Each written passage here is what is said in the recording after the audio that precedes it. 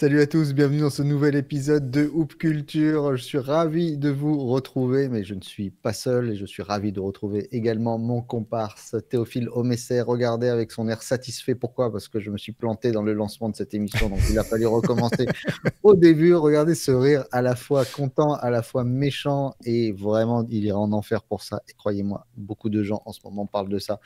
Bref, on va se faire une petite émission avant d'aller en enfer. On va se faire une petite émission avec un thème particulier qui est une sorte de thème I have a dream, c'est-à-dire on a tous rêvé un jour d'être formidablement fort. On se réveille le matin en disant oh non, j'étais presque à ça, ou de revivre de certaines actions iconiques ou de se rêver à la place d'autres. Voilà, on s'est dit on allait partir là-dessus, histoire de rigoler un petit peu. On aura nos rubriques habituelles en fin d'émission, dont une nouvelle qui devrait vous faire rigoler. Et avant toute chose, je n'ai pas posé la question principale. Comment ça va, Théo? Eh ben écoute, ça va mieux quand je te vois parce que je t'avoue que quand je jette un regard par la fenêtre, je suis dépité de voir la pluie tomber, de voir les températures qui sont effondrées. Avec l'âge, je parle de plus en plus de météo, je me rends compte. Tu vois, c'est dramatique, c'est la lente pente. Mais non, je suis ravi de te retrouver. Et en fait, ce qui est drôle quand tu as proposé ce thème, c'est que moi, ça m'a replongé quasiment en enfance parce que, comme je pense que c'était pareil pour toi, Pierre Armand, nous, on voyait très peu de matchs, on avait nos cassettes vidéo, parfois les NBA Superstars, les Michael Jordan Playground ou comme Fly With Me, etc., qu'on se passait en boucle, donc on connaissait par cœur. Et finalement, quand on allait sur le terrain, en fait, notre rêve, c'était de replacer un move qui soit à peu près ressemblant à ce qu'on avait pu voir à la télé et de sortir la petite punchline de documentaire qu'il y avait derrière, tu vois. Je me rappelle de Jordan qui racontait faire bouger les défenseurs comme des marionnettes. C'était une de celles qu'on essayait le plus souvent de placer, donc, donc ça m'a tout de suite refait penser à ça, cette thématique.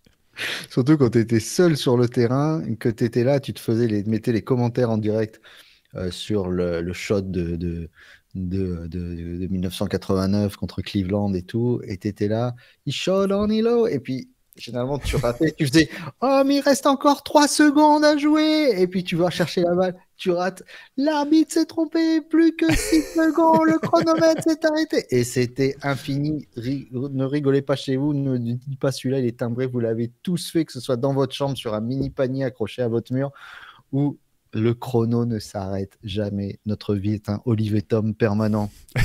Chaque mi-temps fait 1h45 et chaque 10 secondes d'un match font en tout 6 minutes 20 jusqu'à ce qu'on arrive à foutre ce putain de shoot à la dernière millième de seconde. Mais voilà, donc je comprends parfaitement ce que tu voulais dire et voilà, je rentre tout de suite dans le vif du sujet, Théo.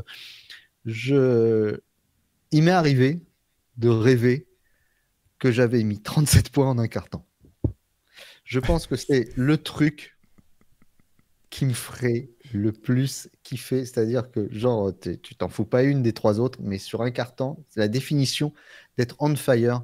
Klay Thompson contre Sacramento, je crois que j'ai jamais vu un truc pareil. Alors, je l'avais pas vu en direct, je l'avais vu le lendemain, et même en le voyant le lendemain, du coup, je m'étais mis sur League Pass. Et en fait, tu te rends compte que enfin, il pète un boulard, même pas dès le début. C'est vraiment à partir, il reste 5 minutes sur le carton et c'est n'importe quoi. Et je rêverais qu'un jour, un de mes coéquipiers arrive en contre-attaque, me décale la balle et dès qu'il voit que je reçois le ballon, repart. Genre, il regarde même pas ce qui se passe. Il regarde le public, genre, c'est bon, c'est la folie. Et il va en défense directe parce qu'il sait que ça va rentrer dedans. Je crois que j'avais jamais vu un gars être aussi inconscient pendant 12 minutes. Et même, il y a des moments, il y a une faute, il regarde même pas, il regarde l'arbitre, il jette la balle, ça tombe dedans. Enfin, même les gars de Sacramento, là, on se rappelle de la réaction, ça leur avait valu d'ailleurs de se prendre une bonne cartouche des joueurs des Hawks contre Boston quand Larry Bird faisait n'importe quoi et arrivait à rentrer tout ce qu'il voulait. Mais, euh, mais là, on voyait des gars qui se regardaient. Qu'est-ce qu'on est en train de voir? En plus, même Steph Curry les regarde en disant, mais vous vous rendez compte ce que vous êtes en train de regarder? Donc c'était, voilà. Je pense que c'est un de mes rêves ultimes, c'est d'avoir prendre un coup de chaud pareil. Je pense qu'il y aurait, pour moi, rien de mieux en tout cas. Bah, tu sais à quel point moi j'adore Klay Thompson et tu as utilisé le terme inconscience, c'est littéralement celui que j'allais utiliser parce que c'est même plus le flow, quoi. Tu sais, on parle souvent de cet état de flow quand tu as l'impression que tu peux pas rater, etc. Mais là, j'ai jamais vu une telle efficacité. Je sais plus combien de dribbles il prend, tu sais, il y a cette 8 ou un stat, truc comme ça. Non, c'est un pas dans truc ce comme ça. match-là, je crois pas. Enfin, mais c'est à l'image du personnage, quoi. Efficacité parfaite. En fait, t'as l'impression littéralement qu'il est tout seul dans la salle avec son ballon et qu'il se pose pas la question, quoi. Il y a plus de public, plus de défense, il y a plus rien. J'adore ce genre. Et du coup, quand tu dis que t'en as rêvé, t'en as littéralement rêvé? Tu Ah en as ouais, mais vraiment vraiment. rêvé? Ah vraiment. Et toutes les actions dont je te parle là, c'est des trucs dont j'ai rêvé et j'étais à cette place-là.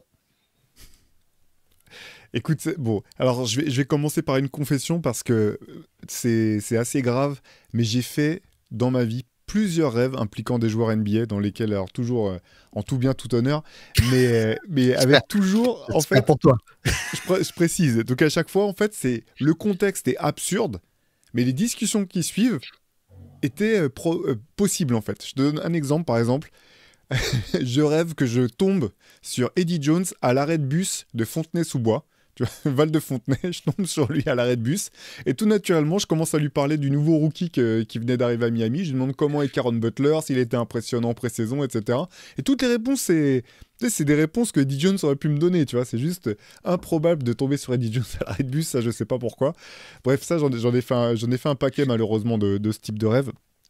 Quand tu m'as proposé ce thème, je suis le, le, le premier geste qui m'est venu en tête, et ça fait un lien avec le podcast de la semaine dernière sur les joueurs étrangers, c'est Manu Ginobili au JO 2004, son buzzer beater face à la Serbie, où il reçoit une passe en contre-attaque à la dernière seconde, il est complètement en déséquilibre, il tombe, il arrive avec sa patte gauche à prendre pile la fenêtre, c'est vraiment le petit carré blanc au-dessus du cercle pour battre la Serbie.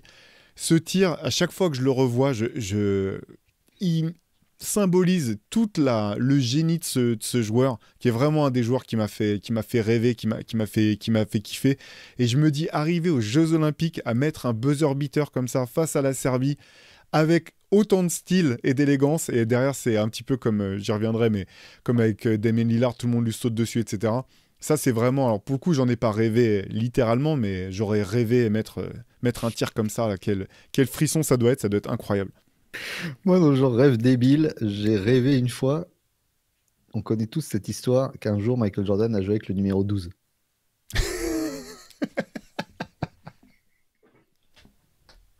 Je m'y attendais pas du tout à ça. Est-ce que tu vois ce match? Il joue à Orlando, il joue avec le numéro 12 parce qu'on lui Ouais. a tapé son maillot. Et ben moi, une fois, j'ai rêvé, je rentrais chez moi et dans mon sac, j'ouvre mon sac, mais même pas mon sac et j'ai le maillot. Et je me dis, merde, mais qu'est-ce qu'il fout là, ce maillot? Et, euh, et après, enfin, tu vois, le rêve, comme il est débile, parce que je regarde, j'allume la télé et je vois Jordan jouer avec le 12. Et il s'est fait taper son maillot. Et là, j'ai un coup de chaud dans mon rêve où je me dis, c'est moi qui ai le maillot. Je me demande pas du tout ce qu'il fout, ni dans mon sac, ni en France, ni comment c'est possible que je regarde ce match qui n'a jamais été diffusé, ni quoi que ce soit. J'ai le maillot et mec, je me réveille en nage en disant le FBI va arriver, c'est certain, voir l'immonde police des frontières pour venir récupérer ce maillot. Comment je vais renvoyer ce maillot? Mais qu'est-ce que. Et en fait, non, je n'avais pas le maillot. Et c'est débile. Voilà, un rêve comme toi de rencontrer Eddie Jones à l'arrêt de bus. Ben, moi, j'avais le maillot de Jordan de ce soir-là. Et toi qui t'y connais très bien en foot, Absolument. euh, voilà, il y a eu une Coupe du Monde où l'équipe de France avait joué avec un maillot d'une équipe locale parce qu'ils n'avaient pas le bon maillot. Voilà, ils n'avaient pas la bonne couleur et tout, donc ils avaient joué avec un maillot horrible vert et blanc rayé, où il y avait peut-être Dominique Rocheteau, mais il n'y avait pas Joël Batz, il n'y avait pas T'es Basile sûr? Boli, Est-ce que t'es sûr? il n'y avait ni Joël Batz ni Basile Boli, donc ça rétrécit Bon, considérablement ton champ de vision sur le football.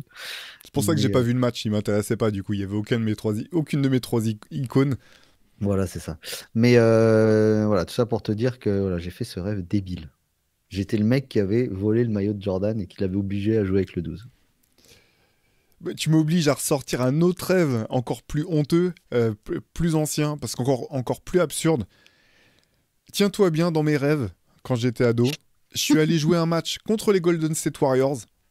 Et dans mon équipe, on était trois. Il y avait Charles Barkley, David Robinson et moi.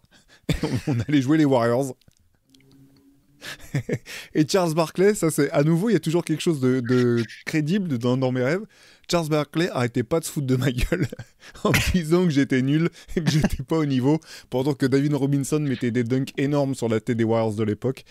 Donc c'est dur là. J'ai l'impression de participer à une session de thérapie où tu lâches les choses honteuses que t'as jamais osé avouer à quiconque. Donc oui, ça fait du bien. Ça fait du bien de lâcher tout ça, tu vois. Surtout que Je me tous sens ceux plus qui sont en léger. train de nous regarder sont en train de se dire, vous faites des les gars, vous faites des rêves de basket, vous faites des rêves de choses. Tu sais, on dirait Chet Holmgren quand tu lui demandes c'est quoi ton starting five all time et il te sort alors Bah Salma Hayek. Alors que c'est pas du tout ce qu'on lui avait demandé. J'ai trouvé ça juste incroyable. Et sa sélection était bien sentie, même si c'était une vraie sélection de boomers. Moi, j'ai rêvé une fois que je mettais une patate à Chris Paul. Sauf que, écoute bien le délire du rêve. Je me bats avec Chris Paul sur le terrain, qui avait un maillot des Lakers. ok. D'accord. Et devine qui m'attrape par derrière pour me calmer. Draymond Green? Rajon Rondo, qui était celui dont j'avais pris la place, puisque c'est lui qui avait mis la patate qui m'avait permis de faire ce rêve. Donc voilà, j'avais pataté, j'ai pas dû lui faire très mal, mais j'avais essayé en tout cas de taper Chris Paul, qui avait un numéro 3 des Lakers. Tout est absurde. C'est très très beau ça. C'est le limite c'est le rêve des Lakers hein, avec le trade à bord, enfin le trade interdit finalement de Chris Paul qui devait partir aux Lakers, tu vois. C'est-à-dire que dans ton rêve, dans cette réalité alternative, le trade avait été validé, quoi. En fait, j'étais David Stern. Je mets une gifle à toute la NBA. En fait, c'était le rêve de David Stern. Et dans moi, en plus, quand Rondo me tire, et genre, je me retourne, et Rondo est plus petit que moi. Tout va bien. Ah oui, tout Tout va va bien bien. effectivement. Tout va bien. Donc, je l'ai dit qu'on allait rigoler. Mais après, ça va être un peu plus sérieux. Tu sais, en fait, ça me rassure et ça m'inquiète de voir que toi aussi, tu as fait ces rêves absurdes. Parce que c'est ce que tu disais, en fait. Tu dis, c'est vraiment le côté nerd de basket où tu rêves, tu peux faire ce que tu veux. Tu pourrais être Superman ou voilà, réaliser tous tes fantasmes. Mais non, nous, on parle avec des basketteurs où toi, tu mets un pain quand même à l'un des joueurs que tu aimes le moins. C'est assez bon. Euh, Allez, dans les rêves. Alors là, pour le coup, c'est pas un vrai rêve, mais les choses qui m'ont fait rêver. Autant j'avais trouvé que Sean Kemp s'était fait voler quand même le concours de dunk face à Dee Brown, autant il y a un dunk de Dee Brown que j'aurais rêvé de passer et que je me suis entraîné à moult reprises à faire sur des petits paniers. Alors pas à deux pieds, parce que j'ai jamais eu le jump à deux pieds pour faire ça, mais sur un pied, c'est son dunk arrière, là, la chaise de Dee Brown. Oui. C'est vraiment un dunk que je trouvais incroyable de souplesse, d'élasticité, de puissance. Et ça, je peux dire que j'aurais rêvé pouvoir avoir les qualités athlétiques pour pouvoir taper ça sur un vrai panier à 3,05 m. Mais je me suis entraîné un paquet de fois sur les paniers à 2,50 m là-dessus. Parce que le concours, il est pas, il est uniquement ramené à ce dunk où il met le coude sur ses yeux, mais il le vole pas dans l'ensemble, sur l'ensemble du concours. Non, non, ces dunks Et, sont bien. ouais, ouais, il passe des choses quand même assez impressionnantes. Ouais. Mais je t'avoue que je trouvais Sean Kemp tellement fou que notamment son dunk Oui, oui, oui. des lancers francs, même si on est d'accord, il mord, il a une Ah, et la telle photo, mais la hauteur. photo. Ah ouais, c'est... Après, la Enfin, photo de Dibran, elle est magnifique. sur lequel? Sur le... Celui où il met Avec le coude? Oui, la photo, elle est belle avec les pumps en plus. Je pense qu'il y a tout un imaginaire là-dessus. Mais Elle est belle, mais je le trouvais surcoté ce dunk quand même. Tu vois, je me dis, il y avait le côté surprenant, mais je sais pas. C'était vraiment pas le dunk qu'il a. Enfin, tu vois, sa chaise, je la trouvais vachement plus impressionnante que son dunk semi-aveugle. ce qui a créé sur l'ensemble le dunk le plus pété de l'histoire des concours de dunk avec Jalen Brown qui fait par-dessus une Ah, chaise et qui, en retombant, a oublié de mettre le coude et met le coude. j'ai cru que t'allais, je cru que t'allais me parler du dunk de Cédric Ceballos avec son bandeau avec des trous énormes sur les yeux. Je cru que t'allais me parler de celui-là pour dunk le plus pété. Il devait y avoir des marqueurs partout par terre pour qu'il devait bien les voir avec le Hmm. bandeau posé là. Bonjour, je vais dunker. Le vengeur masqué. Tu sais, ça me rappelle je sais pas si tu as vu la série La Flamme avec. T'as pas vu La Flamme avec Non, j'ai pas vu Jonathan ça. Cohen, qui est l'adaptation de la série américaine Burning Love, et où pendant. Bon, c'est des prétendantes qui sont là, c'est un style Bachelor, t'as plein d'actrices à mourir de rire, dont Florence Foresti qui joue le rôle d'une non-voyante. Et pendant toute la série, Jonathan Cohen qui la croit pas et qui arrête pas de s'approcher d'elle et il essaie de lui faire peur et tout. Sauf que pendant le bêtisier, à chaque fois qu'il fait ça, elle a vraiment peur puisqu'elle le voit Ok. arriver. Donc c'est très drôle. Je pense que quelqu'un aurait voulu faire semblant de mettre une gifle à ses ballots, qu'il aurait fait un pas de retrait pour te dire qu'il devait très bien voir ce qui se passait. Moi, j'aurais rêvé d'être J.R. Smith qui se dit oh merde, Iguodala il est passé, et d'un coup t'entends blam. Voilà. J'aurais rêvé d'être à sa place et de voir ça parce que c'est lui qui l'a vu au plus près. Euh, L'ascenseur émotionnel de te dire bah, je défends pas trop mal parce que je fais pas faute. L'autre il passe en dessous, merde, il va me lâcher un layup, et d'un coup d'entendre le bruit qu'il a dû entendre. Non, mais J.R. Smith, il croyait qu'ils étaient à plus 10. De toute façon, il Ouais, était parqué. J.R. Smith pensait que le match était fini, c'était pour rigoler. Mais bon, voilà. Ceci dit, J.R. Smith, c'est grâce à lui hein, que quand même que LeBron peut mettre le contre. Parce Déjà que parce s'il qu'il est vient là. pas perturber, ouais, exactement, parce qu'il vient perturber Iguodala, quoi. Mais oui, déjà parce qu'il est là, c'est le dernier défenseur. Il lui fait une bonne défense parce qu'il lui met bien le bras au-dessus de la tête pour le gêner. Et voilà. Ça doit être un délire quand même. Je Et en plus, m'attendais pas. c'est lui qui Ouais. reprend le rebond en plus, je crois. C'est lui ou c'est Kevin Love, je sais plus. Non, je crois que c'est lui C'est- qui doit récupérer la balle, hein. J'imagine, ouais, j'imagine. Il part du bon côté en plus après. J'ai arrêté avec les blagues sur J.R. Smith, mais lui aussi, ça aurait été pratique que le chemin soit indiqué et fléché au sol quand même. Ou qui dunk derrière, tu sais, qui prend une claquette dunk sur le truc, mais bon. Voilà. Ça, j'aurais bien aimé voir ça. Euh, Allez, moi j'en ai d'autres aussi. Qu'est-ce que. Si, ouais, quand même. Là, pareil, je parlais tout à l'heure des matchs que j'ai vus, revus, re-revus. Euh, le game 1 des finales 92, Jordan, les 35 points et les tirs à 3 points, là, les tirs à 3 points qui n'en finissent plus de tomber. C'est c'est vraiment une perf de rêve parce que, tu sais, il y a les perfs où c'est les adversaires qui n'en croient pas leurs yeux. Mais c'est rare que ça soit le joueur lui-même qui n'en croit pas ses propres yeux, quoi. Et avec le shrug du. Bah, je suis incroyable, qu'est-ce que je peux y faire, ça me dépasse. C'est quand même vraiment. Enfin, c'est tellement mythique, moi. On en a déjà parlé à plusieurs reprises. Pierre Armand, mais moi, c'est le premier match NBA que je voyais en direct de ma vie. Je me suis dit, mais c'est quoi ce sport de. C'est Ouais, quoi c'est ça. ce sport de malade? C'est quoi ce. Enfin, je connaissais le sport, bien entendu. Je commençais à suivre la NBA, mais j'avais encore jamais vu en direct des matchs de finale. Je me dis, mais c'est quoi cet extraterrestre? Comment c'est possible? Le premier match que je vois, il tape un record en finale NBA sur une mi-temps, etc. Donc c'est ouais, vraiment perf de rêve.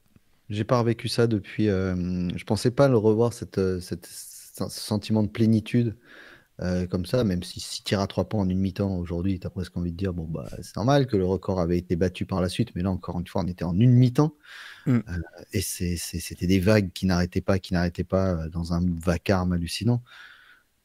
Mais la seule fois où j'ai revécu ça, c'est malheureusement au mois d'août Récemment, non? 2024. Ouais. Euh, et, je me rappelle, je regardais le match avec mon père qui donc voyait que je me décomposais de plus en plus, que dès que l'autre touchait le ballon, je me décomposais de plus en plus, que lui à chaque fois disait non, mais il va pas, mais non, mais non. Et sur le dernier, je le voyais, il était debout. Moi, je devais être grand comme ça, j'étais ratatiné dans mon fauteuil. Et il me dit, mais c'est normal ça? C'est normal C'est- ça, c'est- monsieur. Non, mais c'est normal ça, Zeti. Je fais, mais oui, c'est normal, c'est tout. Et je me vois lui dire, mais oui, c'est normal, voilà, Steph Curry, c'est comme ça. Il me dit, mais c'est quand même exceptionnel. Ouais, mais non, enfin, c'est normal, quoi.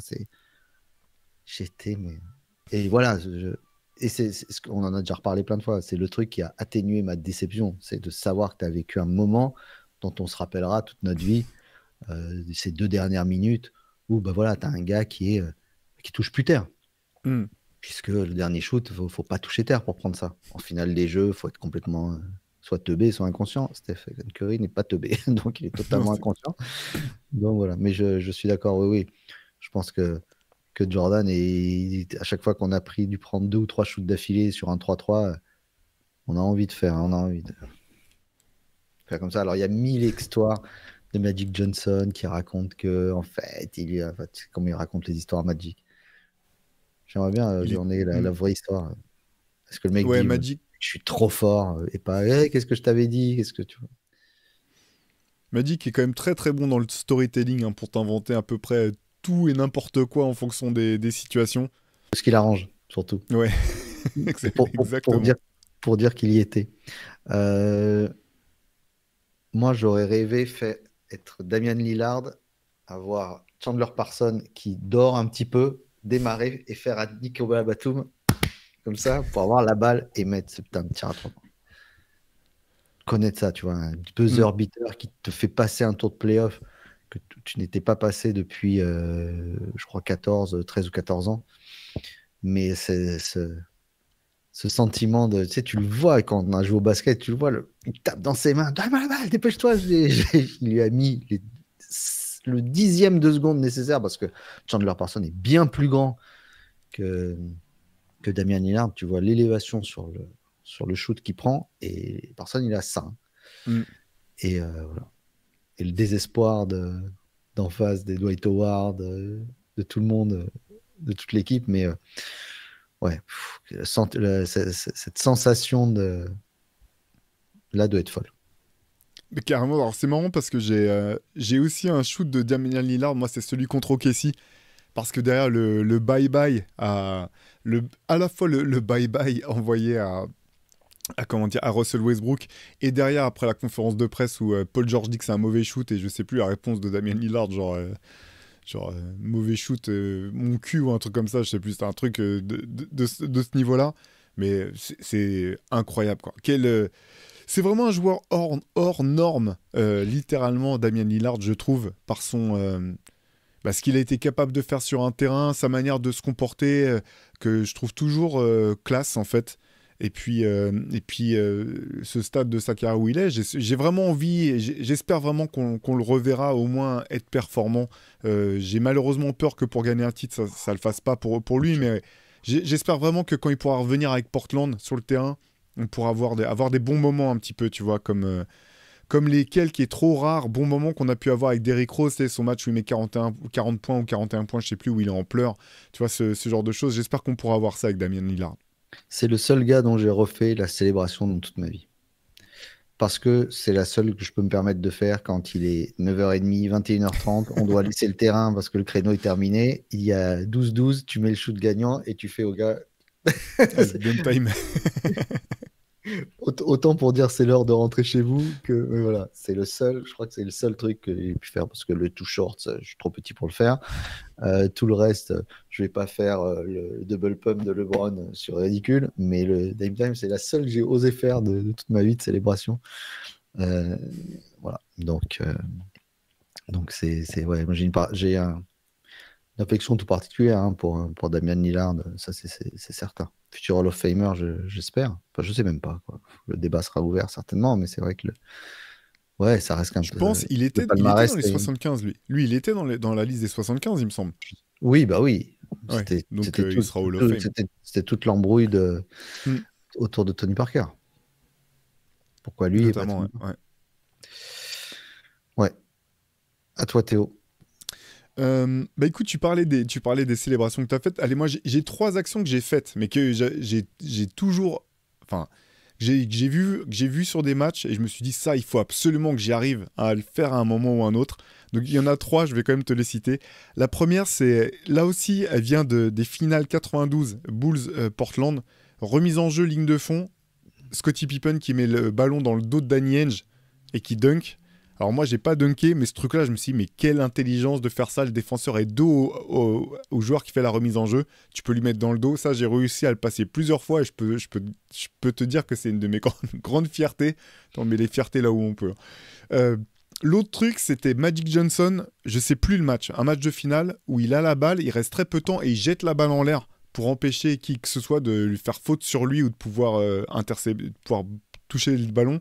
Ça, j'ai eu l'occasion de le faire à la fin d'un match. J'étais content d'avoir eu la présence d'esprit et aussi de ne pas l'avoir, tu sais, pas avoir fait comme. Le Ah, mec c'est qui ce des. joueur? Ouais, ouais, le joueur de Washington. Tu vois, ouais, Michael. Ah, le nom m'échappe, c'est fou. Il Quel... jette la balle. Ah, Michael Reed ou un truc comme ça. C'est pas Michael Reed, non. Ah, un Reed. Ça me il jette la balle, mais pas assez haut. Et du coup, Maurice Peterson récupère la balle, mais il tire à 3 points pour la prolongation. Ah Et ouais, tout le monde horrible. fait la gueule. Bref, donc non, ça je m'étais pas planté. Et le dernier truc, mais là, c'est plus anecdotique. C'était à la fin de l'entraînement, il y avait un joueur yougoslave dans mon équipe, avec qui on parlait en anglais, parce qu'il parlait très bien anglais. Et un soir, il me dit, vas-y, on finit, on fait un contre un. Et je lui mets un cross avant de shooter et je lui dis You reach, I teach. La phrase de Jordan. J'étais tellement fier d'avoir pu la placer. C'est trois trucs absurdes dès qu'on n'a eu aucun impact. Mais voilà, c'est mon petit trio de choses que je rêvais de faire et que j'ai réussi à faire durant ma carrière. Surtout que le coup de Daniel, je demande à Alperen Şengün, il s'est mangé le même là, en finale de l'Euro par Schroeder. Non, c'est pas Schroeder qui lui colle ça? C'est quand il lui met son move avec le panier. Je sais plus si c'est. Non, qui lui met non, qui lui met la balle dans le dos et qui. Ah oui, oui, oui, oui, oui, oui, tout à fait. Il l'a fait pendant l'Euro, effectivement. Ouais. Ouais, ouais. Ouais. Comme quoi, on a beau l'avoir vu et revu, ça change à tous les coups. Moi, j'aurais rêvé, et j'ai déjà essayé de le faire, et crois-moi que ça n'a jamais marché. 1981, en finale NBA, Larry Bird qui shoot, quand la balle part, il sait déjà qu'il l'a raté et où va finir le rebond, il part, il la prend main droite et main gauche, il envoie une claquette alors qu'il est à 3 mètres du panier, main gauche. Tu peux essayer de faire ça toute ta vie, Mm. ça marchera jamais. Mais ça paraît tellement simple et c'est tellement technique à tout point de vue. D'ailleurs, si un jour, avec Frédéric Young dans le jeu, vous pouvez décortiquer l'intelligence qu'il faut pour avoir déjà, quand tu lâches la balle, avoir compris, parce que tu vois, hein, il lâche la balle, il sait où va la balle. Mm. Il sait qu'elle est trop à droite et qu'il va prendre son rebond. Tu vois, c'est pas, il se bagarre pas au rebond au cas où. Il part à gauche, c'est pour ça qu'il est pas box out du tout.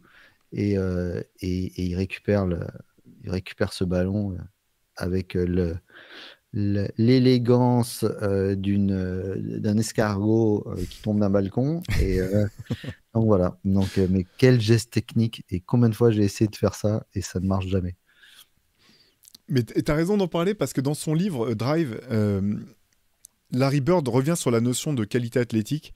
Il dit ouais, quand on parle de qualité athlétique, on parle simplement de détente et de vitesse, mais on ne prend pas en compte la coordination œil-main, on ne prend pas en compte la capacité à anticiper une situation et réagir suffisamment vite pour pouvoir aller au bout. Et en fait, dans l'action dont tu parles, il y a tout ça en fait. C'est tout ça réuni avec en plus la dextérité, le toucher pour réussir ce geste.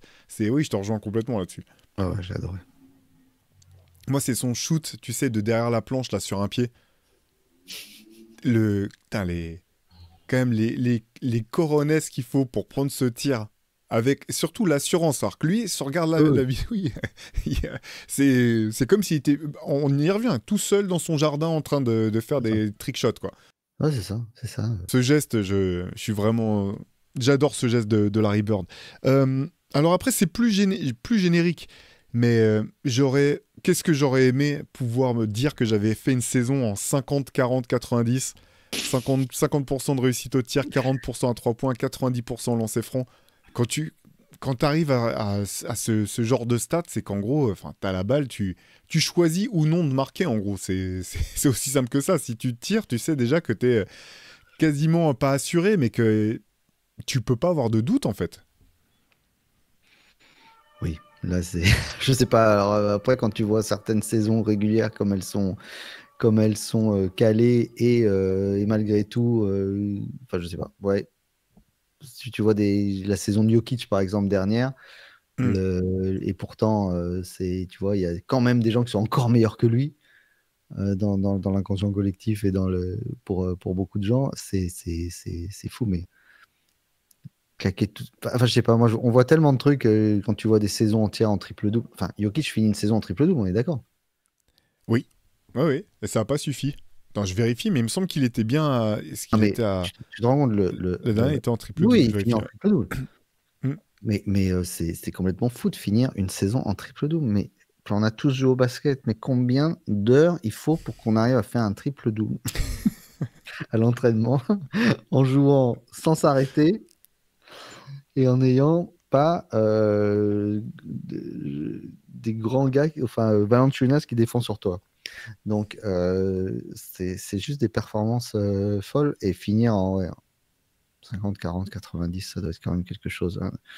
Donc je te confirme, il était bien en triple-double l'an dernier, 29,6 points, 12,7 rebonds, 10,2 passes. Et en carrière, sachant qu'il y a quand même ses premières saisons avec Denver, où bien sûr il n'a pas les mêmes stats, mais pas le même temps de jeu, il est à 21,8, 10,9 rebonds, 7,2 passes. Il va même pas être si loin que ça, presque Triple-double en du carrière. triple-double en carrière, quoi. Mais Russ, il doit pas être loin non plus. Triple-double en carrière. Allez, je regarde bien. Je regarde en direct. Il doit pas être Hop. très loin. Enfin, voilà. Je pense que faire un triple-double, ça doit être un truc qui est génial. Tu veux les stats de Russ en carrière? Vas-y. Il est à 21,2, 7 rebonds, 8 passes. Ah ouais. Oh là là. Ça n'a aucun sens, Nikola Jokic. Ouais. Ouais, bah je suis d'accord avec toi. Je pense que sur une saison complète, moi j'étais sur des petites actions très isolées. J'aimerais être Matt Barnes une fois, et la balle, je la lâche dans la gueule de Bryant, pour de bon. Toi, tu règles tes comptes dans tes rêves, quoi. Chris Paul se prend une mandale, Kobe se prend un ballon dans la tête. Non, ça règle le problème de savoir, parce que pour moi, il est humainement impossible qu'il n'ait pas flinché, qu'il n'ait pas cligné des yeux.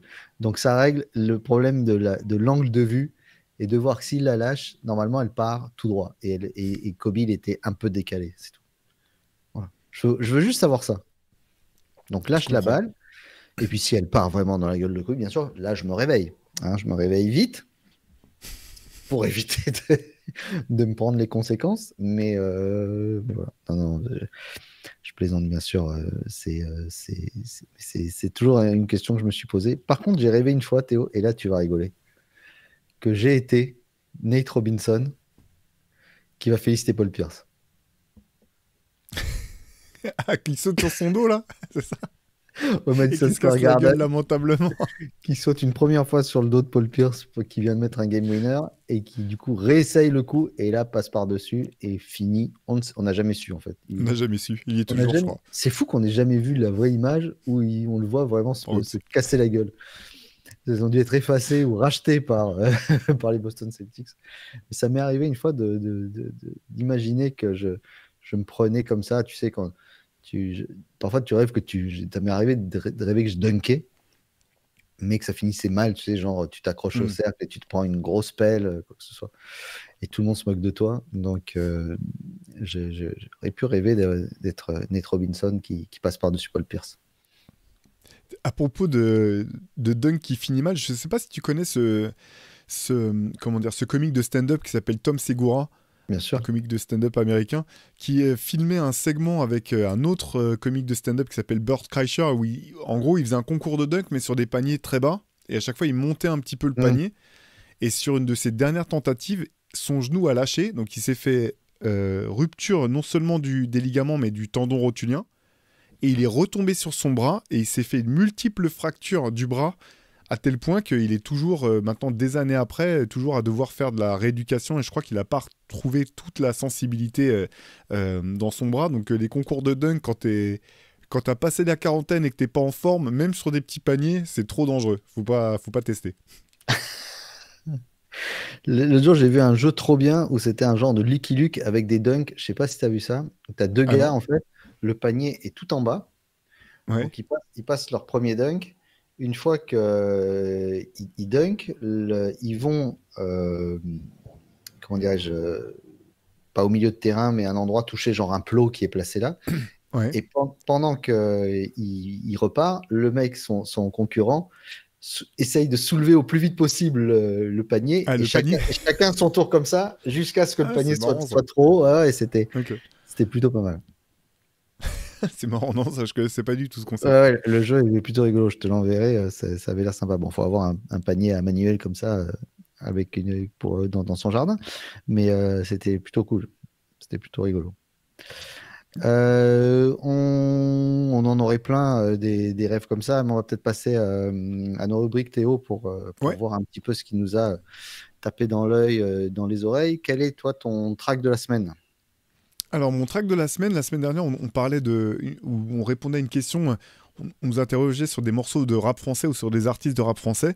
C'est un rappeur québécois qui s'appelle D-Track, trait d'union Track, qui a fait un morceau avec Kondo, un rappeur français pour le coup, dont j'ai parlé à plusieurs reprises et que j'aime vraiment bien, et que j'aime vraiment beaucoup, pardon. Et ce morceau est très très sympa, et il s'appelle, je vais vous retrouver ça tout de suite, bien sûr, je ne l'ai pas sous les yeux, il s'appelle Moins, c'est plus. Donc le morceau vient de sortir, une collaboration donc, entre Kondo et ce rappeur québécois D-Track que je ne connaissais pas. Pour tout avouer, je suis allé regarder, j'ai retrouvé 2-3 morceaux aussi que j'ai bien aimé de ce gars-là. Donc je vous mets ça en lien comme d'habitude. Et moi, j'ai un morceau extrait d'un album qui fera partie de mes albums fétiches, même préférés de l'année, qui vient de sortir, rappeur anglais qui s'appelle Koji Radical, que j'adore depuis toujours, et qui vient de sortir son nouvel album qui s'appelle Don't Look Down. Le morceau s'appelle Rotation. Et c'est. Alors, j'ai eu un mal fou à sortir un morceau tellement ils sont bons. Donc, je pense que pendant toute l'année dans In-Time, je vais jouer pratiquement tout le disque. Mais c'est un vrai disque avec plus d'une quinzaine de morceaux. J'ai essayé de le trouver en vinyle, il coûte 40 euros, donc ça m'a bien saoulé, donc on va faire l'impasse. Hein. Mais Rotation, ouais. Koji Radical, K-O-J-E-Y, et Radical comme, comme un radical. Voilà, tout simplement. J'ai pas Bah de écoute, je connaissais pas du tout. Et rappeur anglais, hein, tu me dis ça? Rappeur anglais, basé à Ouais. Londres. Bah oui, évidemment. Le hip-hop anglais, franchement, si vous n'êtes pas familier avec le hip-hop anglais, allez mettre les oreilles et le nez dedans parce qu'il y a des pépites ultimes. Même si vous savez pas trop où chercher, vous tapez UK hip-hop sur vos moteurs de recherche, ils vous sortent des playlists, vous allez halluciner, quoi. Halluciner. Mm. Est-ce que tu as eu des coups de cœur à part ton track of the week? Est-ce que j'ai eu des coups de cœur? Oui, j'en ai eu. Alors, est-ce que tu as regardé la série dont je t'ai parlé il y a peu de temps sur les Dallas Cowboys? Pas encore, elle est... Pas encore. Non, pas encore. Ouais. Alors, juste, bon, personnage un petit peu sulfureux à l'intérieur, notamment ce fameux Jerry Jones. Et à un moment donné, ils changent de coach. Jimmy Johnson quitte la franchise et il récupère un autre coach beaucoup moins. Enfin, c'est pas beaucoup plus permissif, mais qui dit aux joueurs vous venez de gagner 2 Super Bowls, vous connaissez le chemin, donc vous savez quoi faire. Donc, en dehors des entraînements, vous faites un peu ce que vous voulez. Et là, les joueurs de Dallas, les Irvin, les Emmitt Smith, ils disent mais c'est-à-dire avoir l'étoile des Cowboys sur le maillot, on était les rois du monde. C'est-à-dire, à un moment, il y a un joueur, il rentre bourré chez lui complètement et il voit les flics derrière lui, il s'est dit, je vais me faire allumer. En plus, afro-américain, donc il s'est dit, c'est bon, c'est pour moi. Et en fait, le flic le suit jusqu'à chez lui. Et en fait, il l'avait escorté. Tu vois. C'était ce genre d'impunité complète. Et en fait, tu as le reporter le type qui fait le. Tu sais, parfois, t'entends pas les gens poser les questions. Et là, tu entends le gars en off qui dit, et vous pouvez nous parler de la White House? Et t'as des gars qui disent oh là là, non, non, non, non, moi je suis jamais allé là-bas. L'autre qui dit oh non, non, moi j'ai pas mis un pied là-bas. Et puis il montre une photo d'une maison, d'une petite maison sur un terrain et tout. Et t'as un des joueurs qui dit vous voulez que je vous raconte 2, 3 petites anecdotes là-dessus? Et le mec se met à raconter qu'en fait ils avaient une espèce de baraque, une zone de non-droit où dans une chambre, il y avait des actrices X, dans l'autre, des prostituées, dans l'autre, dans le salon, des traces de coke partout, de l'alcool à gogo dans la cuisine. On est années 90. On se doute que c'est encore le cas certainement partout avec avec ces sportifs de haut niveau qui sont surtout aux États-Unis, mais c'est curieux de l'entendre raconter. C'est la première fois que j'entends des gars comme ça raconter des orgies et tout, comme ça, sur Netflix, tranquille, vraiment, Ouais, c'était que j'étais super surpris, quoi. Alors, c'est pas ça mon coup de cœur, attention, hein, c'est juste que je voulais faire une aparté là-dessus. J'attendais la fin, la chute. Je me dis, où est-ce qu'il nous emmène, Pierre Armand, là? Mon coup de cœur, c'est qu'à un moment, on voit la porte de la maison s'ouvrir et se refermer, on voit Antoine Pimel qui sort et qui rentre dessus. Non, non, La balle perdue. non, non, non, ça n'a rien à voir. Non, non, je parlais pour savoir si tu avais vu ça, pour qu'on en discute. Non, Mais non, je l'ai pas vu, mais il est tout en haut de ma liste, là, vraiment. J'ai ouais, énormément de retard sur les séries, les films, c'est ouais, catastrophique. ouais. Donc, tu as une minute là-dessus, c'est n'importe quoi. Non, mon coup de cœur, c'est. On écoute beaucoup de podcasts et j'ai écouté une interview qui m'a passionné et énormément ému. C'est David Cosette avec Erwan et Thomas de First Team. 1 heure, ouais, 1h20 presque de podcast où bah, il raconte toute une époque de journalisme, en fait, d'Eurosport en passant par Sport Plus, plein de choses que j'avais complètement oubliées. Des passages qu'il a fait sur certaines chaînes. Il raconte ses binômes avec Jacques Monclar, avec Georges Eddy, bien sûr, avec Stephen Brun. La manière dont on commente aujourd'hui, qu'avant ils étaient toujours sur place, et puis après c'était quand il y avait les clubs français en Euroleague, après c'était que quand il y avait les clubs français en France, après c'était en cabine. Après, maintenant, c'est chez lui et la difficulté de faire ça et sa difficulté aujourd'hui à rebondir, enfin, il cherche du travail, quoi, tout simplement. Et c'est assez bouleversant de l'entendre. David Cosette, qui est la voix du basket français, je pense que c'est indiscutable là-dessus, le GOAT du commentaire du basket français. Et, euh, et c'est passionnant de voir comment il essaye de se mêler avec la nouvelle génération et surtout, bah, que quand tu es passionné, ben, tu n'arrives jamais à t'arrêter, quoi. Et puis il a pris, lui, l'échec Squeak de plein fouet quand ils avaient pris les droits sur 7 ans. Et puis finalement, au bout de 6 mois, bah, allez, ciao, bye bye sur la Betclic Elite. Enfin bon, voilà. Donc c'est des aléas. Il s'en plaint pas, mais c'est assez bouleversant de d'entendre parler et de raconter toutes ces histoires. Que de souvenirs complètement fous. Donc, vraiment, voilà. Et allez écouter David Cosette avec Erwan et Thomas, c'est passionnant. Ouais, j'ai vu que des extraits jusqu'à présent, mais c'est pareil, j'ai ma petite playlist des choses qu'il faut que je visionne à tout prix. Je suis sûr que c'est top, déjà parce que les interviews de First Team sont vraiment, vraiment super. Et en plus, David Cosette, c'est quelqu'un de très attachant, vraiment sympathique. Et moi, c'est vrai que quand tu me parles de David Cosette, bien sûr, il y a le championnat de France, mais je pense vraiment tout de suite Euroleague et notamment les campagnes de l'équipe de France, des Bien sûr. championnats d'Europe, etc. Avec une connaissance vraiment pointue de ce basket-là. C'est ouais, super commentateur, pardon, je te rejoins complètement. Ouais. Ouais. Moi, je vais rester sur le basket français. J'ai 2 livres à présenter. Le premier, c'est celui-ci. Il s'appelle Wembanyama. Je veux juste être moi. En fait, c'est la réédition, la réédition d'un livre signé de notre camarade Yann Onona de l'équipe, qui était sorti, je crois, l'année dernière. C'est vraiment sur tout le parcours de Victor Wembanyama, depuis ses premiers dribbles jusqu'aux Spurs. La maquette est vraiment très belle, hein. Je trouve, je leur dis à nouveau, il y a des photos, il y a du travail graphique. Voilà, je vous montre quelques extraits. Et c'est vraiment très bien écrit. Yann Onona, qui est un ancien journaliste de Rivers et qui depuis fait une grande carrière avec l'équipe. Donc voilà, c'est la réédition de ce livre qui est disponible aux éditions Solar. Et toujours aux éditions Solar, la réédition, mais cette fois-ci en français, enfin l'édition en français, je pense que c'est la première fois peut-être, du livre de Ross Bankston sur les sneakers, qui s'appelle Une histoire de basketball en 15 sneakers. Voilà, avec 15 baskets iconiques. Alors encore une fois, je le dis, c'est la traduction en français. Le livre, je ne sais plus en quelle année il est sorti, mais c'était il y a un petit moment, donc on s'arrête avec, tu vois, on part de la Chuck Taylor All-Star et le dernier chapitre 15, c'est sur le futur avec la Nike Adapt Basketball qui est sorti déjà il y a 7-8 ans, je ne sais plus précisément, tu sauras me dire mieux que moi. Bah, je saurais te le dire, puisqu'elle est dans mon salon, ils ont supprimé l'application. Donc, j'ai plus, enfin, elle marche encore quand tu appuies sur les boutons. Mais avant, il y Ouais. avait une appli avec des presets et quand tu appuyais sur genre entraînement, ta chaussure, elle se serrait toute seule. Ah, j'ai Ok. kiffé.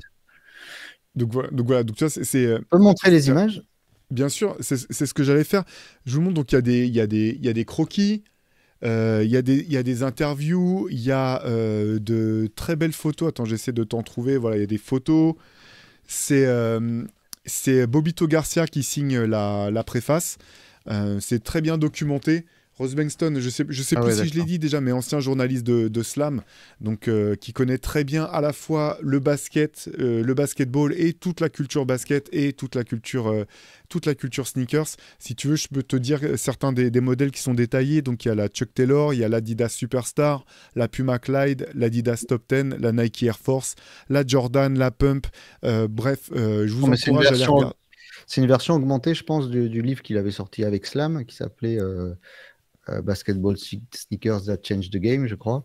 Ouais, Ça doit être ça, et qui doit être augmenté, je pense, puisque la bah Air écoute, Swoop, là, que je viens de voir, et puis, parce que moi, le livre dont je te parle, il avait dû sortir en 2005-2006 à peu près, hein. ok, bah ça doit être une version revue. Alors effectivement, Mm. tu vois, ça fait 244 pages. Euh, voilà, je l'ai pas encore, pour être tout à fait honnête, je l'ai pas encore lu. Je l'ai simplement feuilleté. Il est vraiment très beau. Ross Bengtson, c'est vraiment une référence, hein. Toute cette génération de journalistes de slam, de toute façon, Scoop Jackson, Ross Bengtson, Long Whitaker, etc. C'est toujours excellent. Donc voilà, c'est également aux éditions Solar. Magnifique.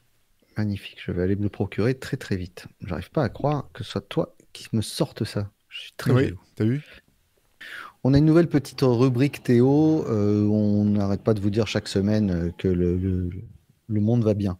Tout va bien. Tout va très bien. Rassurons-nous. Rassurons-nous, tout va bien.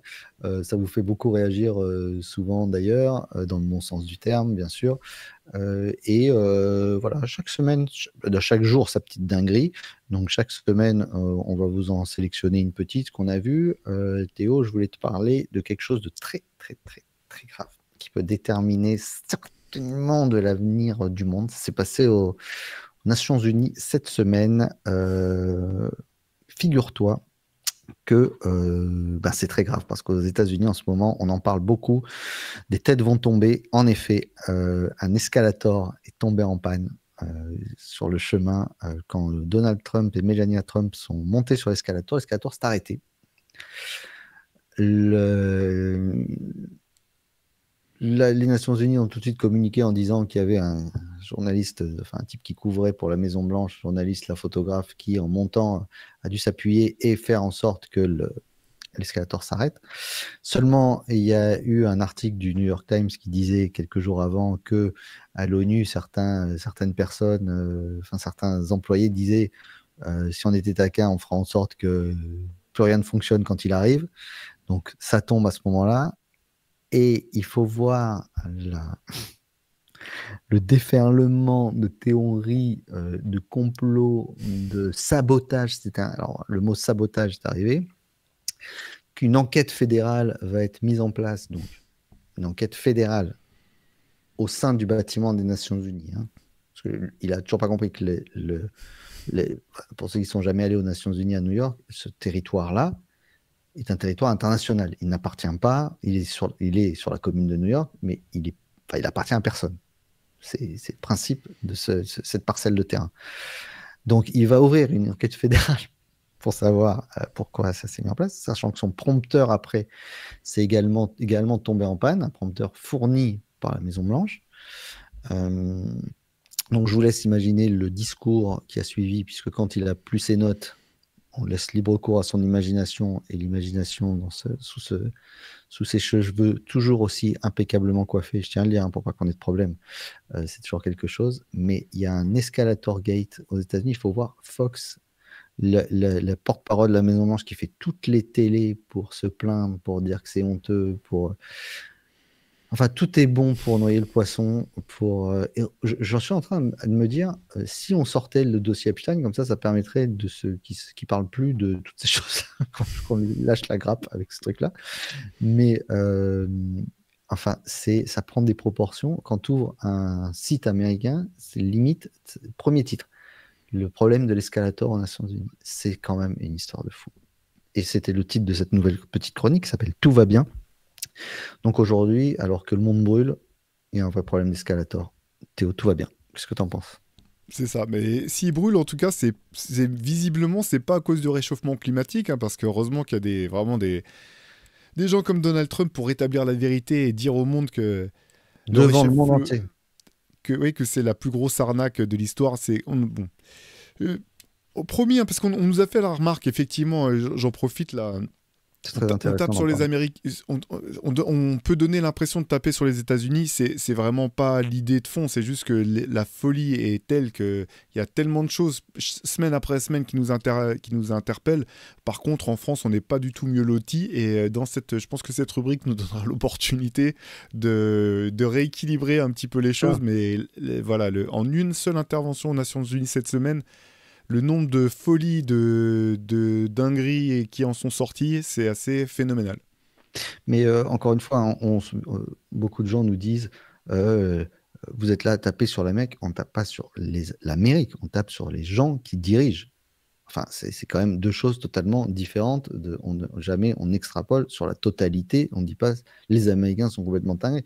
Ils sont, à mon sens, aujourd'hui, ce qui s'y passe est tragique. Et pourquoi on en parle aussi? Parce qu'indirectement, est-ce que Théo et moi, on a peut-être aussi un peu la peur que ça arrive faire chez nous? Donc c'est pour ça que si ça débarque, comment on réagirait? Il y a Mm. quelqu'un qui nous a posé une très très bonne question et on aura peut-être le temps d'en parler très bientôt.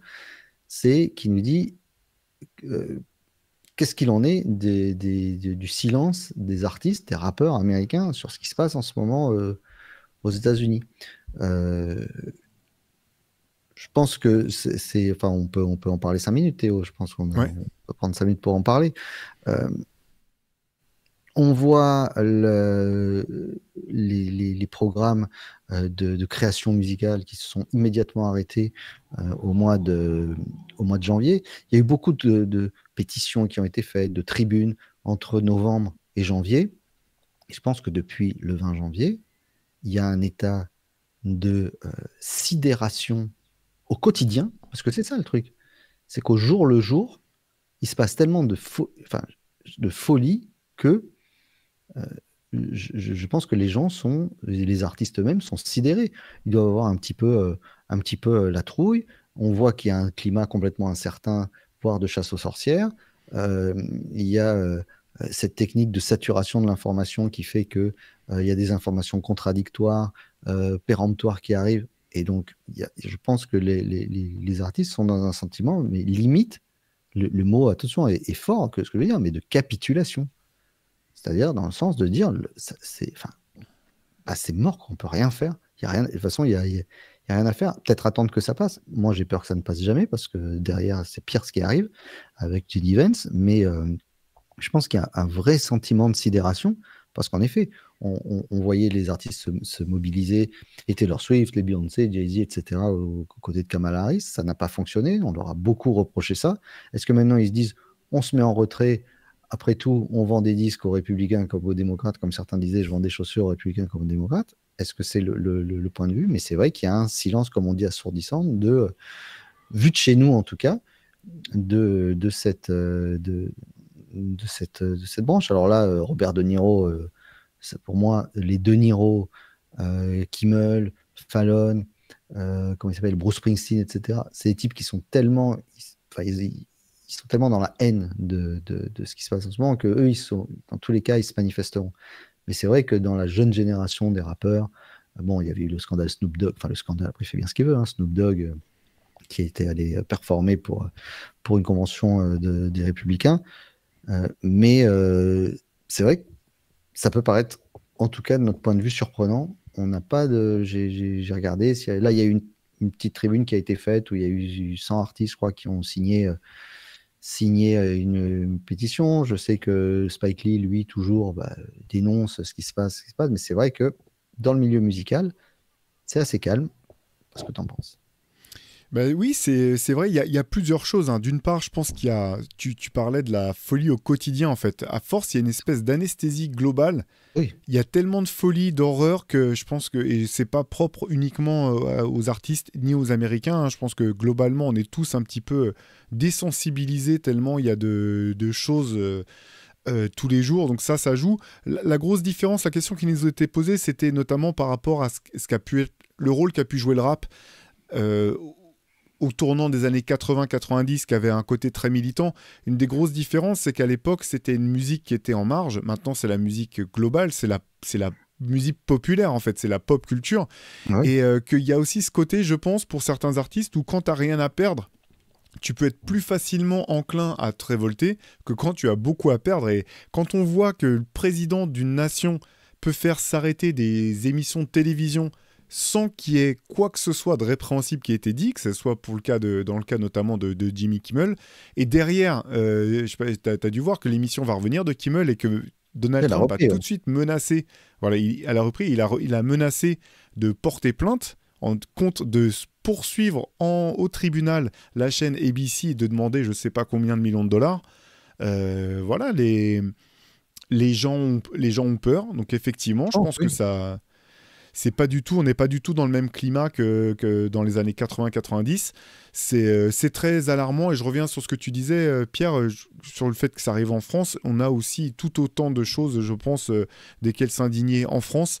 Bien sûr. C'est globalement et même à l'échelle planétaire, c'est dramatique. On va finir peut-être sur une note un peu sombre, mais jamais j'aurais imaginé que la situation dégénérerait aussi vite, même si pourtant tous les signes étaient là.